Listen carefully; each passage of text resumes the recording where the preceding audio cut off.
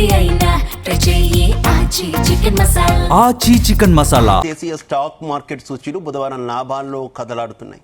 Nifty 142 పాయింట్లు పెరిగి 23,723 వద్దకు చేరుకుంది. సెన్సెక్స్ 423 పాయింట్లకు ఎగబాకి 76,485 వద్ద ట్రేడ్ అవుతుంది. బంగారంకు మళ్లీ రెక్కలొచ్చాయి. గత 5 రోజుల్లో దాదాపు 4,000కు పైగా పడిపోయిన గోల్డ్ మళ్లీ పెరుగుతోంది. ఈ పెరుగుదల తాత్కాలికమైన లేక ఇక్కడి నుంచి అప్ ట్రెండ్ కొనసాగుతుందా అని ఇన్వెస్టర్లు ఆసక్తిగా గమనిస్తున్నారు. ఇదిలా ఉంటే 24 క్యారెట్ల బంగారం ధర 1,58,620కి చేరింది. వెండి ధర 2,80,000కు చేరుకుంది.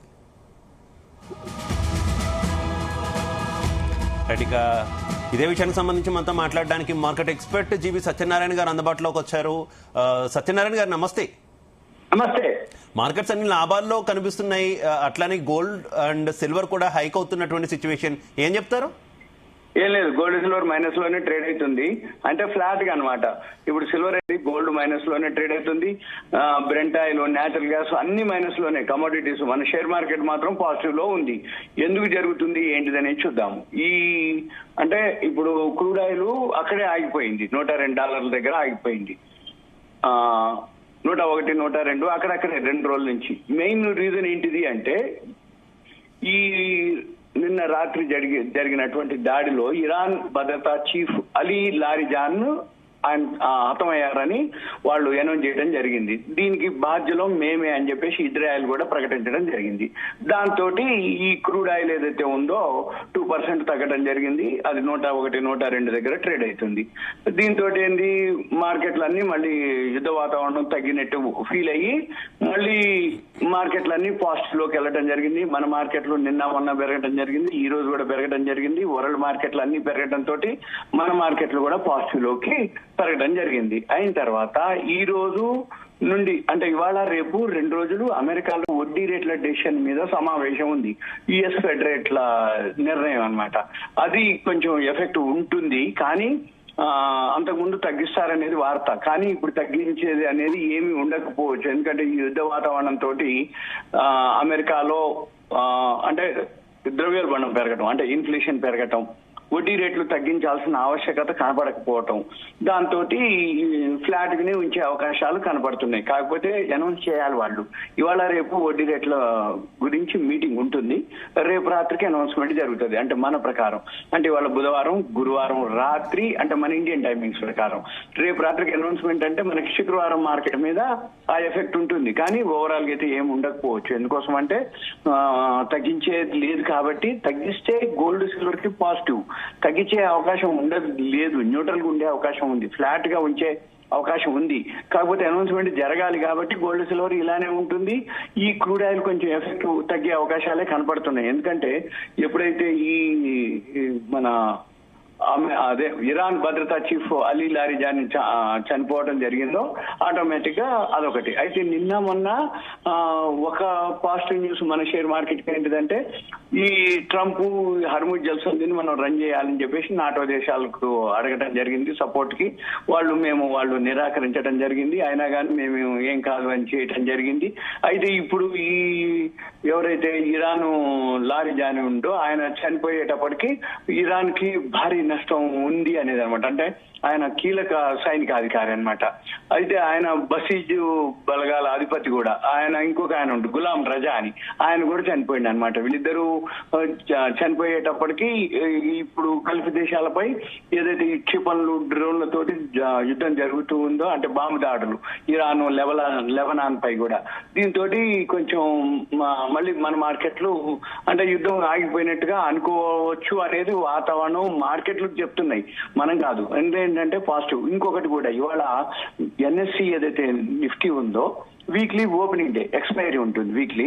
అది నిన్న మొన్న ఏంటిదంటే, ఒకటి వరల్డ్ మార్కెట్ లో పాజిటివ్ లో ఉండటం, మంది బాగా ఫాలో అవటం, బాటమ్ లోకి వచ్చినాక వాల్యూ స్టాక్స్ బయింగ్ లోకి వెళ్ళటం, దాన్ని షార్ట్ కవరింగ్ అంటాం, రిలీఫ్ ర్యాలీ అంటాం.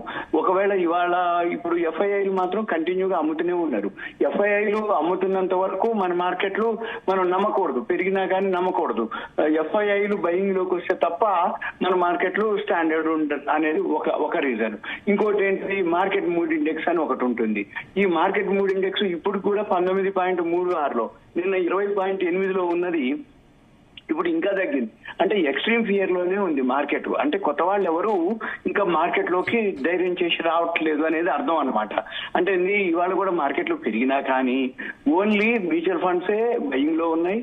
చెన్నైలు హై నెట్వర్క్ ఇండివిజువల్స్ ఎవరైతే ఇంకా ఫారిన్ ఇన్స్టిట్యూషన్ రాలే, ఈ ఇండివిజువల్ ఇన్వెస్టర్స్ ఏదో కొద్దిపాటి మొత్తంలో బయింగ్ చేస్తారు. కాబట్టి మార్కెట్స్ ఇంకా సెట్ అవడం అనేది కాలేదు అనేది నమ్మకం. ఇంకొకటి ఏంటంటే ఇవాళ బుధవారం, మొన్న సోమవారం నాడు అడ్వాన్స్ ట్యాక్స్ డేటా రావడం జరిగింది. ఈ అడ్వాన్స్ ట్యాక్స్ డేటా ఏవైతే ఉన్నాయో ఆర్డర్ బుక్ తోటి ఏ కంపెనీలు పాజిటివ్ ఉంటాయో దాంతో కొంచెం మార్కెట్లు కూడా పాజిటివ్ లో ఉండటం జరిగింది. ఏది సెన్సెక్స్ అనుకోండి, నిఫ్టీ అనుకోండి. ఇప్పుడు మనం గమనించవలసింది ఏంటిది, ఇంకా ఈ మార్కెట్ మూడ్ ఇండెక్స్ పాజిటివ్ లో అంటే ఎక్స్ట్రీమ్ ఫియర్ లోంచి పెరగాలన్నట్టు. ఇప్పుడు 19.36 ఉంది, అది 25-30 అట్లా పెరగాలన్నట్టు. అప్పుడు ఒక విధంగా నమ్మకం. రెండోది ఎఫ్ఐఐలు బయింగ్ లోకి రావాలి, అదొకటి.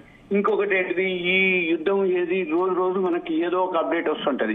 ఒక రోజు ఏంటిది, నాటో దేశాలు సపోర్ట్ చేయండి, హర్ముజ్ జల్సంధిని మనం ఫ్రీ చేస్తే మన క్రూడ్ ఆయిల్ సప్లై అవుతుంది అనేది ట్రంప్ అనటం, వాళ్ళు రాకపోవటం. మళ్ళీ ఇప్పుడు ఎవరైతే ఈ ఇరాన్ కి సంబంధించినటువంటి ఆయన భద్రతా చీఫ్ ని హతమయ్యాడని చెప్పేసి వాళ్ళు దీనికి ఇజ్రాయెల్ మేమే బాధ్యం అని వాళ్ళేనని చేయటం. అంటే రోజు ఏదో ఒక న్యూస్ తోటి ఇప్పుడు కమోడిటీస్ లో క్రూడ్ ఆయిల్ అనుకోండి, gold, silver, natural gas, copper అన్ని అక్కడక్కడే ఉన్నాయి. 1.5% మైనస్ లోనే ట్రేడ్ అవుతున్నాయి మొత్తం కమోడిటీస్ ఓవరాల్ గా. ఇంకొకటి నిన్న కొన్ని ఎక్స్పైరీ డేట్లు ఉన్నాయి అందుకోసం ఈ ఎక్స్పైరీ డేట్లలో ఒక ఎఫెక్ట్ ఉంటుంది. ఇదంతా ఇంటర్నేషనల్ మార్కెట్ తోటే బేస్ అవుతుంది. కాబట్టి ఇంటర్నేషనల్ మార్కెట్ లో మనం ఏం జరుగుతుంది అంటే గోల్డ్ అనుకోండి, సిల్వర్ అనుకోండి, క్రూడ్ ఆయిల్ అనుకోండి. అయితే ఇప్పుడు క్రూడ్ ఆయిల్, నేచురల్ గ్యాస్ మొన్న $119 దాకా పోయింది. అప్పుడు ఇరాన్ వాళ్ళు ఏం చెప్పారు, మీరు కనుక ఇలానే కనుకుంటే మేము అసలు క్రూడ్ ఆయిల్ సప్లై చేయకపోతే $200 కూడా వెళ్తుందని ఒక వార్నింగ్ ఇవ్వడం జరిగింది. కాదు, ఇప్పుడు మళ్ళీ ఏమైంది, అది $102, $101, $103 అక్కడక్కడే ట్రేడ్ అవటం జరుగుతుంది.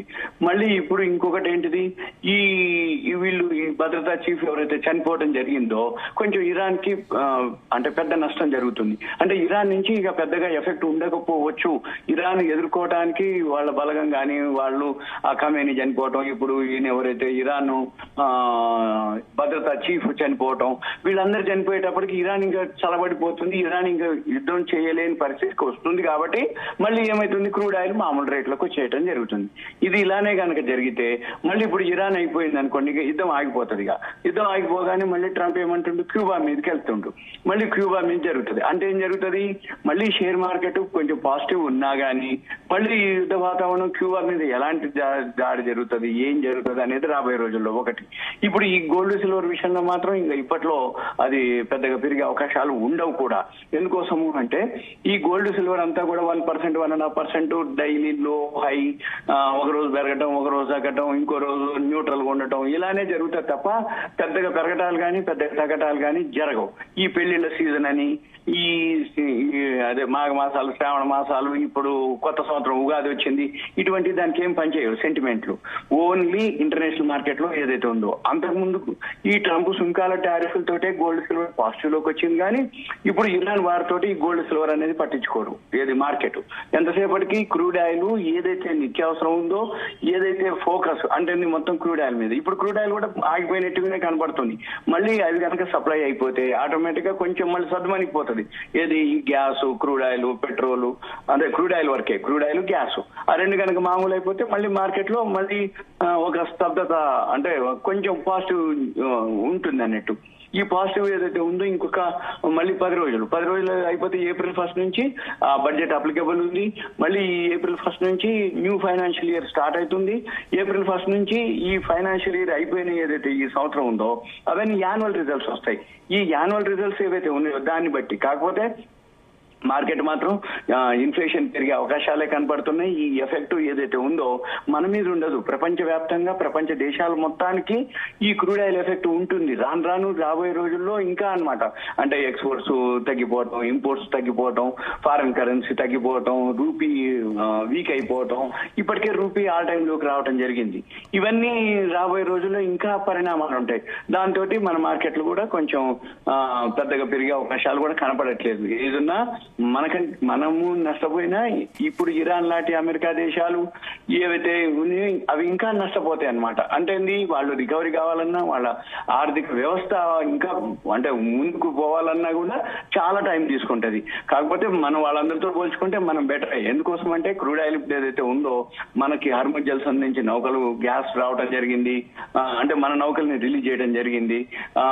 ఇప్పుడు రష్యా నుంచి మనము తెచ్చుకోవచ్చు అని చెప్పేసి 1 month వరకు టైం ఇవ్వడం జరిగింది. ఈ లోపల ఎక్కడో ఒక దగ్గర ఇవన్నీ సద్దుమణిగిపోతే కొంచెం స్లో అవుతుంది. కానీ ఇప్పుడు మళ్ళీ ఇంకొకటి ఏం చేస్తారు, వీటి ఎఫెక్ట్ తోటి మళ్ళీ ఈ జిఎస్టీని అంటే లాస్ట్ టైము ఈ సుంకాలు టారిఫ్లు ఉన్నప్పుడు జిఎస్టీ మీద తగ్గించడం జరిగింది. మళ్ళీ ఇప్పుడు జిఎస్టీ ఎఫెక్ట్ కూడా లేదు. ఎందుకంటే ఇప్పుడు ఈ crude oil effect, natural gas effect ఏదైతే ఉందో మళ్ళీ ధరలు పెరిగే అవకాశాలు ఉంటాయి. ఈ ధరలు ఎప్పుడైతే పెరుగుతాయో ఇన్ఫ్లేషన్ పెరుగుతుంది. ఇన్ఫ్లేషన్ పెరిగిందో ఎకానమీ స్లో డౌన్ అవుతుంది. ఎకానమీ స్లో డౌన్ అయిందో ఎక్స్పోర్ట్స్ పోతాయి. ఎక్స్పోర్ట్స్ ఇంపోర్ట్స్ ఇవన్నీ జరిగేటప్పటికి మన రూపాయి వీక్ అయిపోతుంది. కాబట్టి మళ్ళీ రాబోయే రోజుల్లో మన గవర్నమెంట్ ఏం చేస్తుంది అనేది చూడాలి, వేచి చూడాలి. Right, okay, thank you. Okay, thank you.